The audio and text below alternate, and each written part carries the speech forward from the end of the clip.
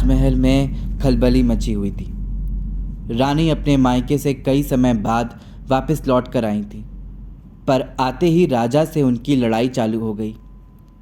रानी राजा से गुस्से में बोल रही थी, आपने मेरे जाने के बाद मुझे एक पत्र भी लिखकर नहीं भेजा और ना ही मेरे आने पर आपने कोई अच्छा उपहार ला कर दिया। राजा भी रानी से नाराज़ थे, क्योंकि रानी उनके जन्मदिन के दिन भी राजमहल नहीं आई थी। वो बार बार यही बोल रहे थे, पूरे राज्य का काम एक राजा पर होता है, कोई मस्ती मजाक थोड़े ना है। इन सब के बीच अगर हम आपको पत्र लिखना भूल गए तो कौन सा आसमान टूट पड़ा। आपने तो हमारे जन्मदिन पर वापस आने की भी नहीं सोची। उस पर हमने आपसे कोई बहसबाजी की।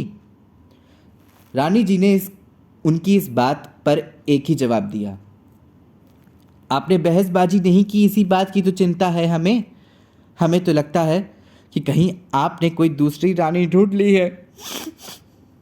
ये कहकर रानी रोने लग जाती है। महल में उस वक्त दद्दू भी मौजूद थे। उन्हें दूसरे कमरे में राजा और रानी की आपस में लड़ाई करने की आवाज़ें सुनाई दे रही थी। रानी को रोता देखकर राजा के हाथ पांव अक्सर फूल जाते हैं। वो बिना कुछ बोले रानी के कमरे से बाहर निकल आए और बाहर दद्दू को देखते ही उन्होंने उनसे मदद मांगी। दद्दू, अब आप ही बताइए, इस विषय में मुझे क्या करना चाहिए? रानी जी को कैसे भरोसा दिलाएं कि उनके सिवा हमारे जीवन में कोई और नहीं है और वही हमारे लिए सबसे महत्वपूर्ण है। दद्दू ने कुछ देर सोचा और फिर सुझाव दिया कि क्यों ना रानी को एक बेशकीमती उपहार दिया जाए, जिससे उन्हें यकीन हो जाए कि राजा के लिए सबसे खास वही है। पर वो उपहार क्या होगा, ये सोचना मुश्किल काम था। कई देर टहलने के बाद राजा के मन में उपाय आया। उन्होंने दद्दू को बताया कि गांव के बाहर एक जंगल है, उसमें बह रही झील के नीचे कई सारे कीमती पत्थर हैं। उन पत्थरों से हार बनवा कर रानी जी को अच्छा उपहार दिया जा सकता है। दद्दू को ये थोड़ा खतरनाक सुझाव लगा, क्योंकि जंगल में कई सारे जंगली जानवर हैं। जंगली जानवरों के साथ साथ वनमानुष भी तो वही हैं, जिसने पिछली बार पूरे गांव में आतंक मचा दिया था। वो हाथ नहीं आया और जंगल की ओर चला गया था। सारे सिपाही उसे पकड़ने में पस्त हो गए थे।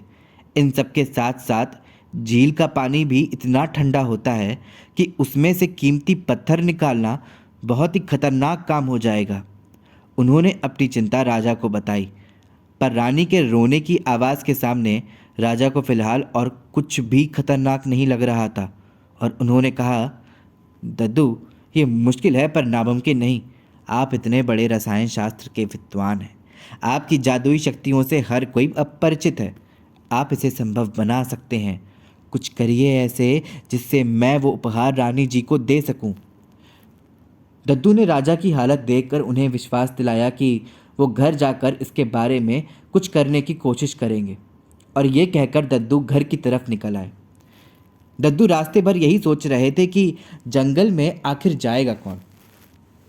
सुबह सुबह राजमहल से राजा के एक दूत ने आकर पूरे गांव में ढोल बजाना शुरू कर दिया और उसके साथ राजा का फरमान जोर जोर से सबको आकर सुनाने लगा। सुनो सुनो सुनो, गांव सनकगढ़ के सभी गांव वालों सुनो, महाराज ने ये ऐलान किया है, जंगल में बह रही झील में से कुछ कीमती पत्थरों को निकलवाकर उनसे एक ऐसा खूबसूरत हार बनवाएंगे जिसको वो महारानी को उपहार में देना चाहते हैं।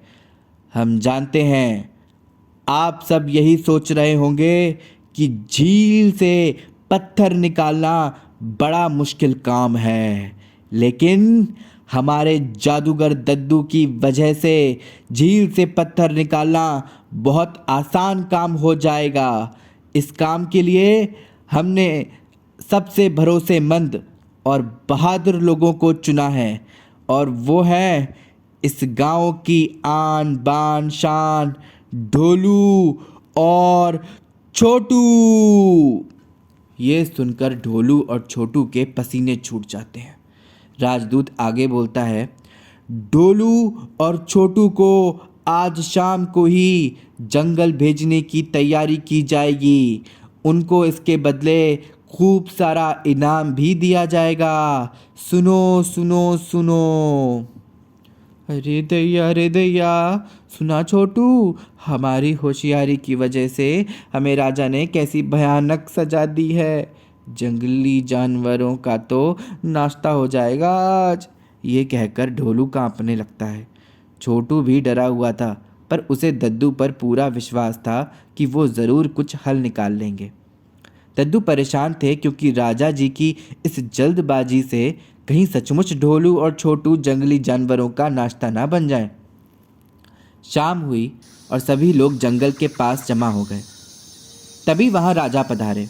राजा ने कहा, ढोलू और छोटू, हम जानते हैं तुम दोनों अभी इस काम के लिए छोटे हो, पर तुम दोनों की सूझबूझ से हम सभी ही परिचित हो चुके हैं। हम तुम्हारे साथ अपना एक सिपाही भी भेज रहे हैं। ये तुम्हारी जंगली जानवरों से रक्षा करेगा। एक सिपाही जिसके हाथ में एक भाला था और कमर में एक खंजर, वो ढोलू और छोटू की तरफ आकर खड़ा हो गया। दद्दू आगे बढ़े और उन्होंने 2 झोले अलग अलग ढोलू और छोटू की तरफ बढ़ा दिए और कहा, इसमें वो चीज़ है जिसकी शायद तुम्हें अंदर ज़रूरत पड़े। ये कहकर छोटू और ढोलू सिपाही के साथ जंगल की तरफ आगे बढ़ने लगे। जंगल धीरे धीरे घना होता जा रहा था और अजीब तरह की आवाज़ें तेज़ होती जा रही थी। ढोलू को अचानक भूख लगी और उसने अपनी जेब से कीड़ा निकाल कर खा लिया। छोटू बोला, अरे बेवकूफ़, अभी सब खा लेगा तो आगे क्या करेगा? अभी आधा सफ़र भी तय नहीं किया है हमने। ढोलू को भूख के वक्त कुछ नहीं सूझता। उसने अपने सारे केले खा डाले और छिलका पीछे की तरफ उछाल दिया। तभी पीछे से जोर की हलचल हुई और एक वन मानुष छलांग लगाता हुआ सबके सामने आ टपका। ढोलू बहुत तेज चिल्लाया, अरे दैया, बचाओ रे दद्दू, ओए वन मानुष। सभी डर के मारे कांप रहे थे और एक दूसरे के पीछे छुपे हुए थे। वन मानुष ने मुंह पर उंगली रखकर उन्हें चुप रहने का इशारा किया। जब सब चुप नहीं हुए तो वन मानुष आगे बढ़ा और उसने ढोलू को पकड़कर उसका मुंह बंद कर दिया। ये देखकर सिपाही ने भाला वन मानुष की तरफ तान दिया। मैं कह रहा हूँ छोड़ दो उन्हें, सिपाही ने डरते डरते बोला। छोटू भी झोले में कुछ टटोल रहा था। शायद दद्दू ने कुछ ऐसा दिया हो जिससे वो ढोलू को बचा सके, पर उसने हाथ डाला तो पता लगा झोले में सिर्फ एक दिया सलाई रखी थी। उसे कुछ समझ नहीं आया कि इसका वो क्या करे। तभी दूर से एक शेर के दहाड़ने की आवाज़ सुनाई दी। ये सुनकर ढोलू की पैंट गीली हो गई। सिपाही डर के मारे दांत किटकिटाने लगा। जंगल में शेर। वन मानुष ने सबको चुप करने का इशारा किया, पर तभी शेर छलांग लगाता हुआ टपका। उसकी खूंखार आंखें देखकर तीनों बुरी तरह एक दूसरे को पकड़कर कपकपाने लगे।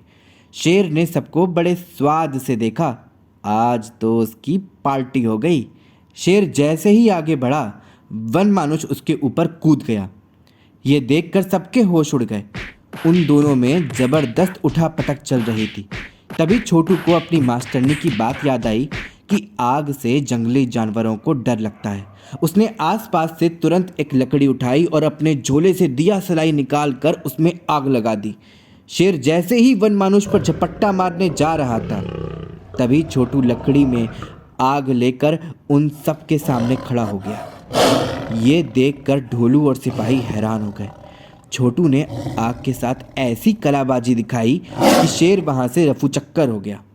सभी को समझ आया कि वन मानुष उनको मारने नहीं, शेर से आगाह करने आया था। वन मानुष काफ़ी परेशान लग रहा था और बार बार जंगल में आगे की तरफ इशारा कर रहा था।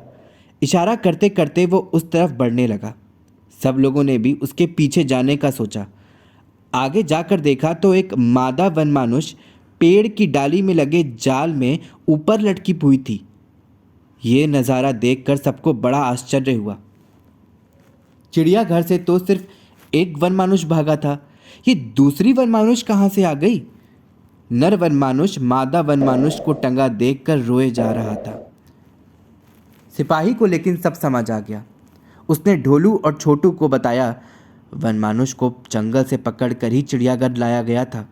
शिकारियों ने जगह जगह ऐसे जाल इन जानवरों को पकड़वाने के लिए लगा रखे हैं। उन्होंने पहले इस नर वनमानुष को पकड़कर चिड़ियाघर भेज दिया। जब ये दोनों अलग हुए तो शायद मादा वनमानुष उसे ढूंढते हुए यहाँ आई हो और इसी तरह शिकारी के जाल का शिकार हो गई। ये देखकर सबको दोनों वनमानुष के लिए बहुत बुरा लगा। रात होने लगी थी। छोटू ने आग जलाई रखी। तभी सिपाही ने खंजर निकाला और नर वनमानुष से उसको ऊपर उठाने को कहा। वनमानुष ने उसे ऊपर उठाया और सिपाही ने जाल को खंजर से काट दिया। जाल के कटते ही मादा वनमानुष नीचे की ओर गिरने लगी, पर नर वनमानुष ने सिपाही को नीचे फेंकते हुए मादा को गोदी में पकड़ लिया और उसे पकड़कर जोर जोर से प्यार करने लगा।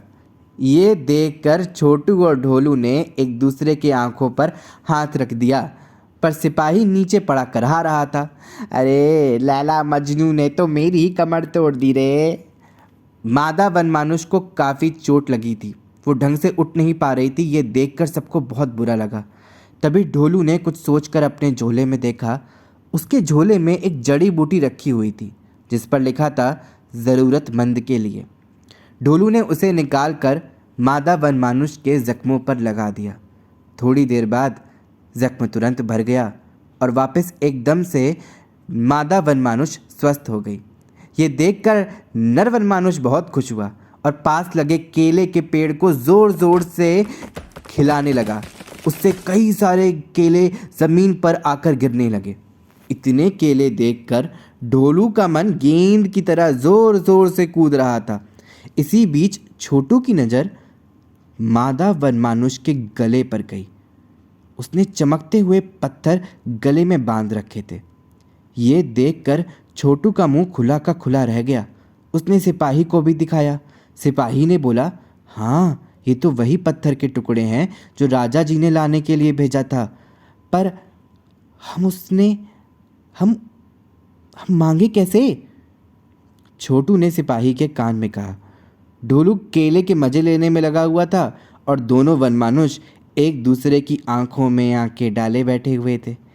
तभी सिपाही ने उनके पास जाकर बोला, सुनिए, देखिए, हमने आपकी जान बचाई है और आपने भी हमारी बचाई है। वैसे तो वो आगे कुछ बोल पाता। इतनी देर में वो दोनों वनमानुष उसे नज़र गड़ाए देखने लगे। वो ऐसे देख रहे थे जैसे उसने उन दोनों के प्यार में कोई खलल डाल दिया हो। वो फिर कोशिश करता है, देखिए, हम चाहते हैं कि आप वो पत्थर मुझे दे दें। मैं आपसे प्रार्थना करता हूँ, प्लीज़ प्लीज़, हे प्रेम के प्रतीक लैला मजनू, मुझे वो हार दे दें। यह देखकर छोटू को बहुत हंसी आई, पर नर वनमानुष कुछ समझ नहीं सका और हार कर सिपाही वापस छोटू की तरफ जाने लगा। जैसे ही जाने लगा, मादा वनमानुष ने पीछे से उसके कंधे पर हाथ रखा। जब सिपाही डरते हुए पीछे मुड़ा, मादा ने वो हार अपने गले से उतार कर उसके हाथ में रख दिया। ये देखकर सभी का चेहरा खिल गया। सिपाही ज़ोर ज़ोर से नाचने गाने लगा। तभी वहाँ राजा, दद्दू और बाकी सिपाही दौड़ते हुए आए। अरे ढोलू और छोटू, तुम ठीक तो हो ना? हमने शेर के दहाड़ने की आवाज़ सुनी और हम सब तुरंत चले आए। हमें नहीं पता था कि इस जंगल में शेर भी है। राजा ने आते ही ढोलू छोटू को देखते हुए बोला। जैसे ही उनका ध्यान दो वनमानुषों पर गया, उन्होंने चिल्लाकर अपने सिपाहियों को भाला तानने के लिए बोला, सिपाहियों, पकड़ लो इन्हें। नहीं महाराज, इन्हें कोई हाथ नहीं लगाएगा, ढोलू ने पूरे जोश के साथ सामने आते हुए कहा। यह देखकर राजा को कुछ समझ नहीं आया। फिर ढोलू ने पूरी बात समझाई। महाराज, इन दो जानवरों के साथ बहुत गलत हुआ है। इन दोनों को ज़बरदस्ती अलग करके चिड़ियाघर में बंद कर दिया गया। दो प्यार करने वालों को अलग करना सबसे गंदी बात है, पर इन्होंने फिर भी हमारी जान बचाई, जबकि आपने तो हमें शेर के मुंह में ही धकेल दिया था। ये सुनकर राजा बहुत शर्मिंदा हुए। वो बोले, माफ़ करना छोटू और ढोलू, हमसे बहुत बड़ी गलती हुई। अपने मतलब के चक्कर में हमने तुम दोनों की जान के बारे में भी नहीं सोचा। हम माफ़ी मांगते हैं तुमसे और दद्दू से भी। ये सुनकर सिपाही दबी आवाज़ में बोला, महाराज, और मैं, मुझे भी तो इस सैर सपाटे में भेज दिया आपने। ये सुनकर सबको हंसी आ गई। राजा ने मुस्कुराते हुए कहा, तुम तो हमारे खास सिपाही हो। आज से हम तुम्हें अपना सेनापति बनाते हैं और अपनी बेवकूफ़ी की वजह से तुम्हारी भी जान दांव पर लगाने के लिए तुमसे भी माफ़ी मांगते हैं। नहीं महाराज, आप हमारे राजा जी हैं, आपका हुक्म तो हमारे लिए सब कुछ है। ये कहकर सिपाही तन कर खड़ा हो गया। ये देखकर राजा भावुक हो उठे। उन्होंने दोनों वनमानुषों को जंगल में रहने की बात को मान लिया। छोटू और ढोलू ने दोनों वनमानुषों को गले लगाया। आज से हम तुम्हें लैला मजनू कहेंगे, छोटू ने प्यारी सी मुस्कुराहट दिखाते हुए कहा। आज हमें तुम तीनों पर बहुत गर्व है, राजा फिर बोले। अब हम सब वापस चलते हैं, और हाँ, अब हमें कोई कीमती पत्थर नहीं चाहिए। हमारे लिए आप सबकी जान सबसे कीमती है। तभी छोटू ने अपने झोले से हार निकाल कर बाहर रख दिया। महाराज, ऐसे कैसे? हमने कीमती पत्थर क्या, पूरा कीमती हार ढूंढ निकाला। हार देखकर राजा की आंखें चमक उठी। छोटू ने बताया कि यह हार उसे मादा वनमानुष के गले से मिला और उसने कितने प्यार से उन्हें दे दिया। ये सुनकर राजा का मन और भावुक होने लगा। उसने हार को लिया और मादा वनमानुष को देखकर धन्यवाद कहते हुए उसकी तरफ झुककर नमन किया। मादा वनमानुष अचानक खिलखिला उठी और उसने राजा के पास आकर उन्हें पकड़ लिया। सभी की आंखें ये देखकर बाहर निकल आईं, पर मादा वनमानुष ने उन्हें प्यार से गाल पर जोरदार चुम्बन दे दिया। ये देखकर सभी की हंसी निकल गई। सिपाही बोल उठा, महाराज, रानी जी का प्यार ना सही, आपको इस लैला का प्यार तो मिल गया। और फिर जोरदार हंसी की आतिशबाजी से पूरा जंगल गूंज उठा। सभी लोग वापस लौट आए। अगले दिन राजा ने राजमहल लौटकर रानी को वो हार उपहार में दे दिया, पर हार देखकर रानी का गुस्सा कम नहीं हुआ, बल्कि वो और भी बड़ा कुठी। ये पत्थर का हार, पत्थर का बना हार हम अपने गले में डालकर घूमेंगे? भैंस या वनमानुष समझ रखा है हमें राजा जी? आपको तो किसी को उपहार देना भी नहीं आता। अब आप ही पहनिए आपका कीमती हार। ये सुनकर राजा का रोना निकल गया। दद्दू बाहर खड़े फिर से राजा रानी के बीच लड़ाई को सुन रहे थे, पर इस बार रानी की जगह राजा जोर जोर से रो रहे थे।